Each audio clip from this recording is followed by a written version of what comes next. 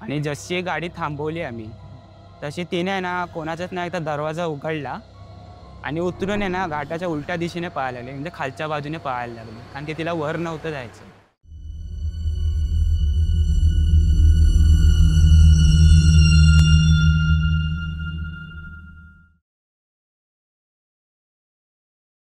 Hello guys, welcome to open podcast. तर आज आपल्यासोबत एक न्यू गेस्ट आलेले आहेत. तर जाणून घेऊया त्यांच्यासोबत काय घडलेलं. तर सर, तुमचं नाव काय माझे नाव मनीष सनस आहे. आणि तुम्ही कुठून आलात? मी मुंबईमधून आलो. तर सर, नक्की तुमच्यासोबत काय घडलेलं? ही जी घटना घडलेली ना, ती माझ्या बहिणीसोबत घडलेली अच्छा. आणि तेव्हा मी 11वी मध्ये होतो. 11वीच्या मे महिन्याच्या सुट्ट्या चालू होत्या. तर तुला माहितीच असेल, की मे महिन्याच्या सुट्ट्या आल्या आणि मामाच्या गावाला जायची मराठी माणसाची हो, परंपरा हो, चालत आलेली. हो. तर आमचं पण दरवर्षी असंच होतं, की मे महिन्याच्या सुट्ट्या लागल्या आणि मामाच्या गावाला जायचं. तर आम्ही गेलो गावाला. म्हणजे माझी फॅमिली आणि माझ्या मावस बहिणीची जी फॅमिली आहे ना, ती आम्ही ओके. गेलो गावाला. आणि माझा मामा पुण्यामध्ये कोथरूड माहिती असेल. हां. कोथरूडला माझा मामा राहतो. तिकडेच घर आहे म्हणजे आमचं. तर आम्ही गेलो तिकडे आणि मग सुरुवातीचे 5-6 दिवस असे एकदम मस्त मस्ती मजेमध्ये गेले. हसत-खेळत गेले चांगले. अशी फॅमिली कशी एकत्र हो, आली, हो. की सगळे एकत्र आले की मस्ती मजाक मग चालूच असतो तो. हो, असे म्हणजे हसत-खेळत मस्त दिवस गेले. नंतर मग मामाने आहे ना माझ्या प्लॅन केला, की कुठेतरी आपण आहे ना ट्रिप काढूया. म्हणजे फॅमिली पिकनिक असते ना, अच्छा. तर असं कुठेतरी आपण जाऊया सगळेजण एकत्र आले तर. तशीच मग चर्चा चालू झाली, की कुठेतरी जाऊया आपण. तसेच मग ठरवता-ठरवता एक असं पुण्यामध्ये आहे ना, भोर तालुका आहे. भोर तालुक्यामध्ये पासून आहे ना काहीतरी 50 किलोमीटरपर्यंत मांढरदेवी खाऊबाई अशी आहे ना, एक देवस्थान आहे तिकडे. ओके. तर मग आमची चर्चा चालू होती. तसं ठरलं आमचं, की तिकडे जाऊया आपण देवस्थानाला. ओके. मग सगळ्यांनी होकार दिला. ठरलं आमचं. मग मामाने गाडी वगैरे बुक केली. ओके. मग उद्या जायची, दुसऱ्या दिवशी जायची तयारी करायची होती. म्हणजे तयारी म्हणजे तयारी सुरू केली तुम्ही. हो, तयारी सगळी करून ठेवली.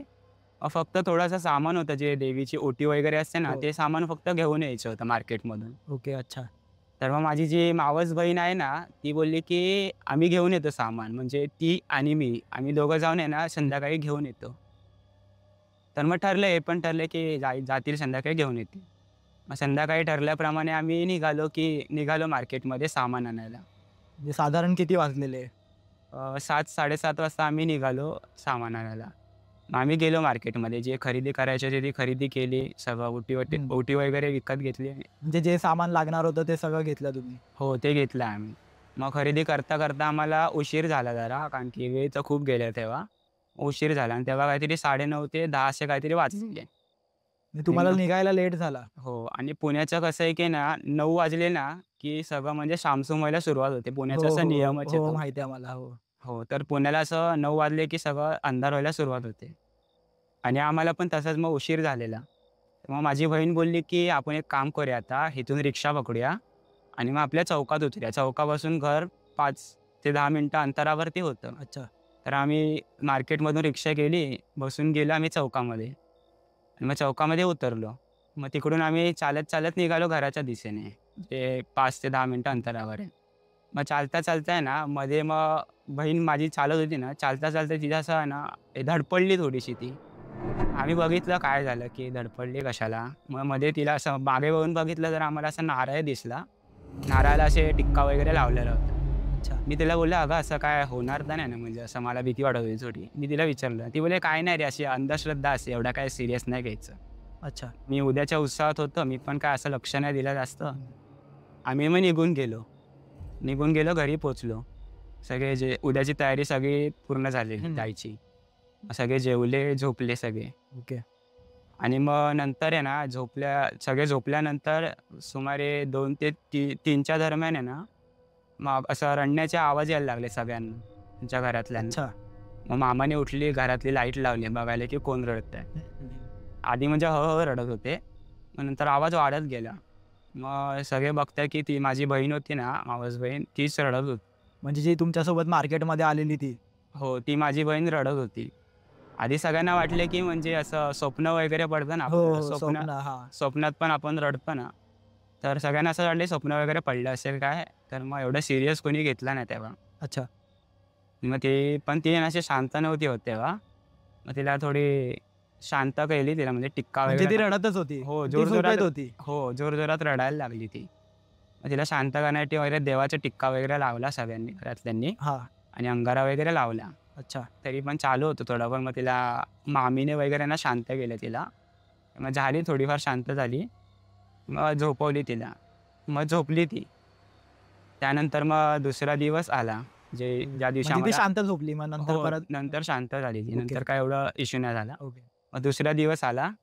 निघायची वेळ होती. आम्ही काहीतरी सकाळी 6 ते 7च्या दरम्यान निघणार होतो. निघालो. हं. त्याच्यानंतर मग तयारी झाली, सगळी गाडी वगैरे आलेली. आम्ही बसलो गाडीमध्ये. मग आणि गाडीतनं निघालो आम्ही. आता मग कोथरूड ते भोरपासनं जो आमचा सफर होता ना जाण्याचा रस्ता, तो मस्त एकदम मस्ती मजेत हसत खेळत गेला. असा काय इश्यू काय झाला नाही तेव्हा. अच्छा. एकदम सगळे मजेमध्ये गेले. त्यानंतर आम्ही भोरला पोहोचलो. भोरला थोडा वेळ थांबलेलो जरा नाश्ता वगैरे करायला. हां. नाश्ता वगैरे करून झाला, तिकडून पण आम्ही निघालो. तिकडून मग ते जेव्हा घाट होतो ना देवीचा चालू, जे देवस्थान आहे ते घाटावर आहे. तर तो घाट. म्हणजे आधी घाट लागतं का म्हणजे ते हो. देवस्थानाला जायला? हो, हो. घाट लागतो आधी. मग तो घाट चालू होतो ना, तिकडपर्यंत अंतर काहीतरी 50 ते 40 किलोमीटर असं काहीतरी अंतर आहे. अच्छा. मग आम्ही निघालो भोरवरनं. ते अंतर पार केलं आणि मग जसा घाट चालू झाला ना, तसं मग त्याच बहिणीची आहे ना, जी माझी बहिणीची बोललो हं. तुला, त्या बहिणीचे थोडे आहे ना असे हरकती थोडी बदलायला लागली. त्या म्हणजे डोळ्यात हावभाव थोडे चेंज हावभाव झाले. बदलायला लागली तिचे. मग तिचं असं हळू-हळू ना डोळ्यातनं पाणी येते. अशी काहीतरी बडबड होती मनातल्या मनात. आधी कोणी लक्ष नाही दिलं, कारण हळू थोडी बोलत होती. सगळे मस्ती मजा होती म्हणून. जशी-जशी गाडी आहे ना अशी डोंगर चढते ना, घाट चढते हां, ना, घाट चढते गाडी. तसं तिच्या आतून आहे ना ते हावभाव आहे ना जास्त बदलायला लागले. अच्छा. ती म्हणजे ना अशी ओरडायला लागली ती. एकदम जोरजोरामध्ये ओरडायला लागली. नंतर मग गाडी जशी चालते पुढे, चालते. नंतर ती गाडी अशी मध्ये आली ना घाटाच्या, मधोमध आली ना घाटाच्या, ती म्हणजे ऐकायलाच मानत नव्हती कोणाला. खूप जोराने रडायला लागले, खूप. अच्छा. मग सगळे घाबरले थोडेफार तेव्हा. विचार करायला लागले, काय झाली अशी अचानक का रडते वगैरे हे. तरी गाडी आम्ही थांबवली नव्हती. म्हणजे गाडी चालूच होती. पण हो, तुमची गाडी. बहीण आतमध्ये थोडं हे करत होती. हां, रडत होती ती. नंतर मग ते जास्त वाढत जायला लागलं. मग शेवटी आम्हाला ना गाडी थांबवायला लागली ती. कारण तिचं हातपाय वगैरे ना मारायला लागली. म्हणजे घाटात तुम्ही मध्येच गाडी थांबवली तुमची. हो. मग ती जरा जास्तच हातपाय मारायला लागली, खूप रडायला लागली. मग शेवटी गाडी थांबवायला लागली आम्हाला साईडला. आणि जशी गाडी थांबवली आम्ही, तशी तिने आहे ना कोणाचाच नाही एकदा दरवाजा उघडला आणि उतरून आहे ना घाटाच्या उलट्या दिशेने पळायला लागली. म्हणजे खालच्या बाजूने पळायला लागली. कारण की तिला वर नव्हतं जायचं. अच्छा. म्हणजे ती स्वतः बोलली का असं? म्हणजे ती बोलली उलट्या नाही दिशेने काय. दरवाजा मागचा उघडला हां. आणि उलट्या निघून गेली ती घाटाच्या मागे. खालच्या दिशेने पळायला लागली. तिला वरती नव्हतं जायचं. अच्छा. मग तेव्हा ना घाबरले सगळे. मग मामा वगैरे, माझे 2 मामा आहेत, ते मग उतरले, पटपट धावत गेले तिच्या मागे आणि मग तिला पकडली मामांनी दोघांनी आणि तिला मग खेचत आणली. ती यायला तयारच नव्हती एकदम. अच्छा. तिला खेचत आणली मग वरती. मी खूप रडत होते, ऐकतच नव्हती अजिबात. मग तिला म्हणजे ती काय बोलत होती का की काहीच नाही फक्त रडत ते होती? तिच्या शब्दात बोलत पण होती काहीतरी. म्हणजे तुम्हाला काहीच समजत आम्हाला नव्हतं? काहीच समजत अच्छा. नव्हतं. काय बोलत होती ते. त्यानंतर तिला पकडलं, जबरदस्ती तिला ना बसवलं गाडीमध्ये आणि पकडून ठेवलं एकदम. आणि मग सगळेजण गाडीत बसले आणि घाबरले. सगळेजण तेव्हा घाबरलेले थोडेफार. म्हणजे तिला गाडीत बसून तुम्ही परत प्रवास तुमचा सुरू केला? प्रवास सुरू केला आम्ही. परत फिरलो नाही मागे. अच्छा. जशी ती आता देवाची माहिती आहे वेस असते तुला. हां. जशी ती वेस जवळ येत गेली ना, तिचा ना आवाज आहे ना खूप वाढत गेला. म्हणजे नंतर आहे ना ती अशी ऐकतच नव्हती अजिबात. कुणालाच ऐकत नव्हती. तरी तिला मामांनी आहे ना, दोन्ही मामांनी एकदम टाईट पकडून ठेवलेलं. जे घट्ट पकडून ठेवलं घट्ट दोघांनी म्हणजे मध्ये हो. बसून. हो, घट्ट पकडून ठेवलेलं. तर मग जशी आम्ही वेस जी ओलांडली ना, जी देवाची वेस आहे, तशी ती अचानक शांत झाली. अचानक शांत झाली आणि मग झोपली ती. ते आता कोणाला एवढं काय कळालं नाही तेव्हा, काय झालं, कसं झालं. आम्ही गेलो मग देवाच्या दारात उतरलो आम्ही. त्यानंतर दर्शन घेतले, तिला अंगारा वगैरे लावला, टिक्का वगैरे लावला. ती पूर्ण शांतच होती तिथपर्यंत. म्हणजे परत ते काय झालं नाही तिला? नाही, पूर्ण शांत. म्हणजे ती हसत खेळत पण नव्हती नंतर. पूर्ण शांत म्हणजे राहिली. शांतच बसून म्हणजे हो, शांत. काहीच हावभाव नाही, काय नाही. तिच्या भ्रमातच होती ती. अच्छा. अशी शांतच राहिली ती. त्यानंतर आमचं झालं दर्शन वगैरे घेतलं. म्हणजे देवाला ओटी वगैरे भरली सगळी. त्या गोष्टी झाल्या करून. मग आम्ही जेवण वगैरे वरतीच जेवून आम्ही निघालो. अच्छा. निघून आलो, मग घरी आलो. घरी येईपर्यंत पण तिला काय शांतच होती. झोपलेली ती गाडीत अच्छा. पूर्ण. म्हणजे गाडीत पूर्ण प्रवास रिटर्नचा झोपेतच होती ती? हो, ती झोपलेली तेव्हा. नंतर मग आलो घरी. घरी आलो, घरी येऊन पण ती झोपली, कोणाशी काय बोलली नाही, काय नाही, सगळं शांत. प्रवास आमचा अच्छा. झाला पूर्ण तिकडे. हं. पण अशी घटना तर घडलेलीच आणि मग तो दिवस निघून गेला.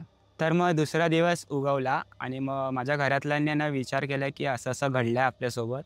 तर आपण ते बघायला पाहिजे का घडलं, कसं घडलं. तर आम्ही ते देवाचं बघतात ना, त्यांच्याकडे त्या बहिणीला घेऊन गेलो आम्ही आणि त्यांच्यासमोर बसवली तिला. तर त्यांनी ते आधी झाडू असतो ना एक ते हं. मोरपिसांचा हो, तो, हो. त्याने आधी तिला झाडली त्यांनी आणि नंतर तिच्या ना हातात हात घेतला. म्हणजे बघायला की हं. चेक करायला की काय झाले नक्की. समजलं. तर ते हातात हात घेताच त्यांना सगळं डोळ्यासमोर त्यांना दिसलं, की कसं झालं, काय झालं ते. अच्छा. तर मग त्या देवाच्या बघतात ना, त्यांनी आम्हाला सांगितलं, की ही जी माझी बहीण होती ना ती एका रस्त्यावरनं येताना आहे ना, तिने नारळ ओलांडलाय. हं. जो मी तुला हो, आधी हो, हो. बोललेला ना, तो नारळ तिने ओलांडलेला, असं त्यांनी सांगितलं. मला माझ्या घरच्यांनी विचारलं, की "अरे, तू तिच्याबरोबर गेलेलास ना आदल्या दिवशीच्या रात्री?" तर तेव्हा मी सांगितलं जे मला माहिती होतं फक्त, की हां, हिने येता-येता असा नारळ ओलांडलेला आणि ती गोष्ट तिकडेच बाहेर निघाली. म्हणजे तुम्ही ते कोणाला सांगितलं नव्हतं अजून? नाही, मला थोडी भीती होती जी वेगळं हरकत हो, झालेली हो. तेव्हा. मग ते आता मी सांगितली ती गोष्ट, की हां, असं-असं घडलेलं आमच्यासोबत. तिने नारळ ओलांडलेला. त्याच्यानंतर मग त्याच्यानंतर मग ते जे देवाचं बघतात त्यांनीच आम्हाला हां. पुढची पण त्यांची काय घडलेली जी घटना होती ना ती म्हणजे जे तिच्यासोबत घडलेलं ते सांगितलं. हां, का घडलेलं? का घडलेलं. तर मग तो नारळ ठेवण्यामागचं जे कारण होतं ना, 2-4 दिवसापूर्वी आधीच आहे ना, त्याच रोडवरती आहे ना रस्त्यावरती एक ॲक्सिडेंट झालेला. आणि त्या ॲक्सिडेंटमध्ये ना एका मुलीचा जीव गेलेला, जी म्हणजे जिचं लग्न होतं. अच्छा, त्या मुलीचा जीव गेलेला ह्याच्यामध्ये, अच्छा. हां. घटनेत. त्यामुळेच आणि त्याच मुलीची जी आत्मा होती ना, तिने माझ्या बहिणीवरती कब्जा केलेला. कब्जा अच्छा, हां. हो. म्हणजे तिचं लग्न ठरलेलं आणि रस्त्यात जातानाच हां. तिचा ॲक्सिडेंट झाला. आणि मग तेव्हा आम्हाला ते कारण कळालं, की ही रडते का? अच्छा, हां. आणि ती मनातल्या मनात बोलते ते तर आम्हाला कळालं नव्हतं हं. काय. पण तेव्हा ते मेन कारण बाहेर आलं, की ती का रडते? आणि तिचं लग्न होतं आणि लग्नाच्या वेळीच असं झालं. होय. म्हणजे त्यामुळे लग्नाला जातानाच नेमकी ॲक्सिडेंट झाला तिचा हो, तेव्हाच आणि ती ऑन द स्पॉट गेली. हां.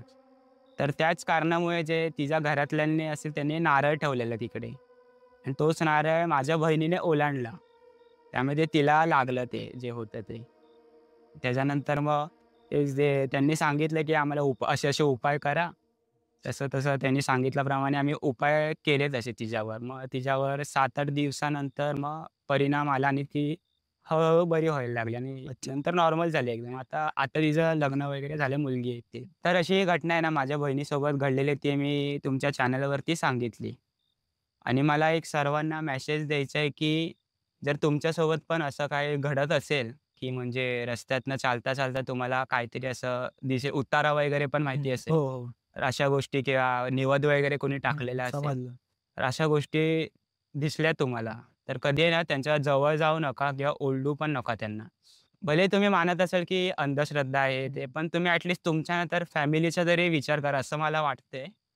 तर एवढंच मला सांगायचं होतं, की अशा काही गोष्टी दिसल्या तर तुम्ही अव्हॉइड करा आणि लांब होऊनच चाला. तर जसं माझ्या बहिणीसोबत घडलं आणि मी सांगितलं नाही. जर मी आधीच सांगितलं असतं ना घरातल्यांना, तर मग कसं ते म्हणजे आधीच सगळ्यांनी कव्हर हो, केलं म्हणजे असतं. आधीच घरच्यांनी काहीतरी स्टेप उचलला असता, की हां, पाऊल उचललं असतं हो, आणि ते तेव्हाच मिटलं हो, असतं. पण मी सांगितलं नाही, ही माझी चुकी झाली. हो.